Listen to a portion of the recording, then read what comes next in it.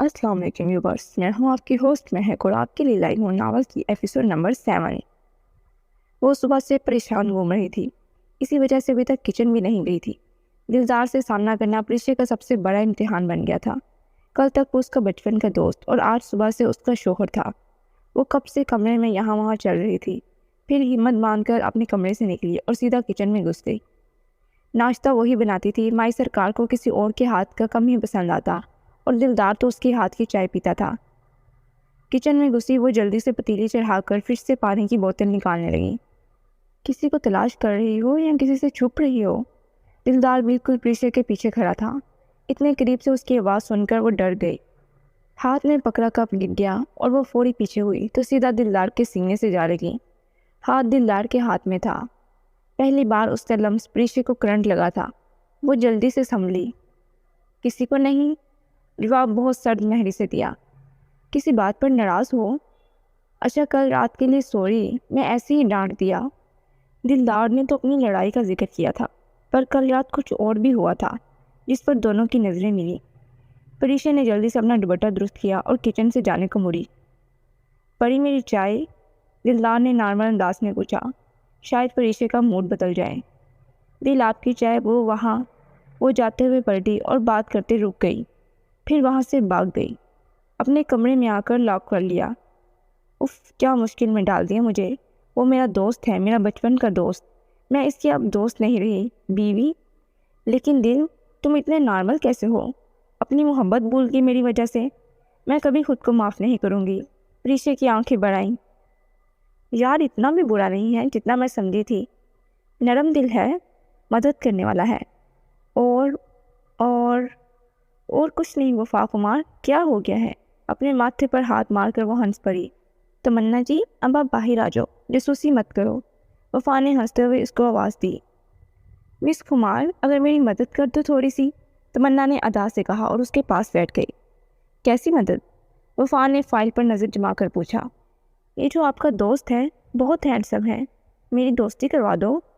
تمنا کی بات سن کر وہ آگ بگولا ہو گئی۔ وہ میرا دوست نہیں ہے، اور دوسری بات، اس سے دوستی بالکل بھی نہیں، وہ گنڈا ہے، اب دور رہو اس سے۔ وفا اس کو ڈرا دھمکا کر اپنے کمرے میں چلی گئی۔ گنڈا ہے، وہ تو ہنس ہنس کر بات کرتی ہے، اور میری باری میں یہ سب؟ اس سے تو میں خود بات کروں گی۔ جمشید، تمہاری مرضی کے بغیر کچھ نہیں کیا جا سکتا اور نہ ہی ہو سکتا ہے۔ جاوید کو میں نے کہہ دیا ہے وہ جائے اپنے دیس، یہاں اور مسائل پیدا نہ کرے۔ حاکم نے اس کو پاس بٹھا کر سمجھایا۔ لیکن دادا یار، غازی کے لوگ اب بہت آگے نکل گئے ہیں۔ آج وہ ڈاکٹر بوس پر حملہ، کچھ دن پہلے دوسرے گاؤں کی بچیوں پر نظر ڈالی تھی۔ کچھ بھی ہو سکتا ہے، ہمیں یہ معاملہ جلدی ختم کرنا چاہیے۔ اگر ہمارے دونوں گاؤں میں صلح ہو جائے تو سارا معاملہ فٹ ہو جائے نا۔ جمشید نے گہرائی سے سب باتوں کا ذکر کیا، اور حاکم علی بھی اس سے متفق تھا، مگر پنچایت میں کی جاوید کی بات اور دوبارہ مائی سرکار کے گھر کو انکار حاکم کی پریشانی تھی۔ وہ چپ ہو گیا۔ دیکھتے ہیں اس مسئلے کو۔ تم بتاؤ، کھانا کھایا ہے یا نوڑے کو کہوں؟ حاکم علی نے بات بدلی اور دوسری باتوں میں لگ گئے۔ حاکم کی نظر ابھی تک اس کے زخم پر نہیں گئی تھی، اور شاید جاتی بھی نہ۔ جمشید نے زخم چھپایا ہوا تھا۔ نوردین، جاؤ پریشا بی بی کو بلا کر لاؤ۔ ان کو کہو خان نے اپنے کمرے میں بلایا ہے۔ کام کرتے نوردین کو آواز دے کر دلدار واپس اپنے کمرے میں چلا گیا۔ پریشا بی بی؟ نوردین نے دروازہ بجایا۔ ہاں جی نوردین، کیا ہوا؟ اس نے اندر سے جواب دیا۔ بی بی، آپ کو خان نے بلایا ہے، کہہ رہے ہیں ضروری کام ہے۔ نوردین نے اونچی آواز میں کہا اور چلا گیا۔ پر کیوں؟ اف، اب کیسے سامنا کروں گی اور کیا کہوں گی؟ کیا کام ہوگا؟ دل، کیوں آپ میری مشکل بڑھا رہے ہیں؟ پریشا نے اپنے بال ٹھیک کیے، دوپٹہ پکڑا اور گھبرائی سی دلدار کے روم کی طرف بڑھی۔ اس کے ڈور پر پہنچ کر پریشا نے دستک دی۔ چاہتے ہوئے بھی دلدار کا من کام میں بالکل نہیں لگ رہا تھا۔ وہ بالکونی پر کھڑا کب سے باہر لان کو دیکھ رہا تھا، اور اب دروازے کی دستک پر فوری اندر آیا۔ آ جاؤ، دلدار نے اونچی آواز میں کہا، پر چونک گیا جب اس دستک پر پریشا کھڑی تھی۔ وہ کبھی بھی ایسی دستک دیکھ کر نہیں آئی تھی۔ پری، تمہیں دستک دینے اور اجازت لینے کی کیا ضرورت ہے؟ دلدار نے نظریں اس کے سراپے پر ڈال کر نرم الفاظ میں پوچھا۔ آپ کو کیا کام تھا؟ مجھے میرے پیپرز کی تیاری کرنی ہے۔ کوئی کام ہے تو بتا دیں، ورنہ میں اپنا کام کروں۔ پریشا کا لہجہ خاصا سخت تھا۔ وہ اس کو بنا دیکھے بولی۔ پری، تم نے مجھے بتایا کیوں نہیں؟ اور تیاری وہ تو میں کرواتا ہوں نا۔ دلدار چلتا ہوا اس کے پاس آ گیا۔ وہ بالکل اس کے سامنے کھڑا ہو گیا۔ ہاں پر اس بار میں خود کر لوں گی، آپ کی مدد جب چاہیے ہوگی کہہ دوں گی۔ پری نے تو ٹوک جواب دیا اور جانے کو پلٹی۔ پری بات سنو میری۔ دلدار نے آگے بڑھ کر اس کا بازو پکڑ لیا۔ دلدار آپ؟ پریشا نے پہلی بار اس کا پورا نام لیا تھا۔ وہ حیرت سے اس کی کلائی پکڑے دیکھتا رہا۔ سو تم میری دوست نہیں رہی؟ دلدار نے اپنی گرفت مضبوط کر لی۔ اس کو کھینچا، وہ سیدھا اس کے سینے سے جا لگی۔ پھر طرف پر اس کو دیکھا اور بال جو گیلے تھے اب آزاد اس کے چہرے پر جھومنے لگے۔ ہم دوست اب نہیں رہے اور یہ دوستی آپ نے ختم کی ہے۔ پریشا کی آنکھوں میں آنسو تھے۔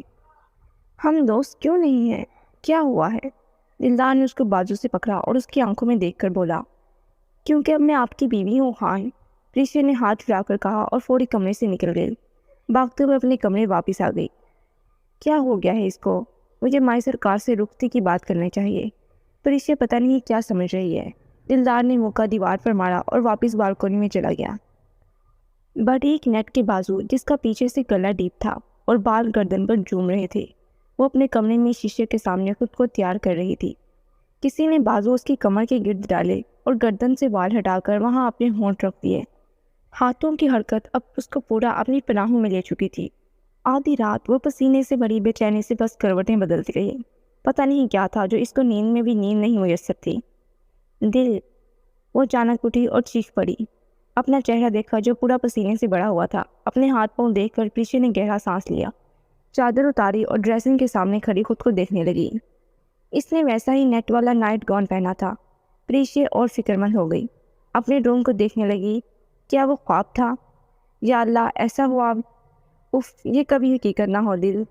کیوں آپ مجھے سپون سے سونے بھی نہیں دے رہے؟ پریشا نے ہاتھ بیٹھ پر مارا۔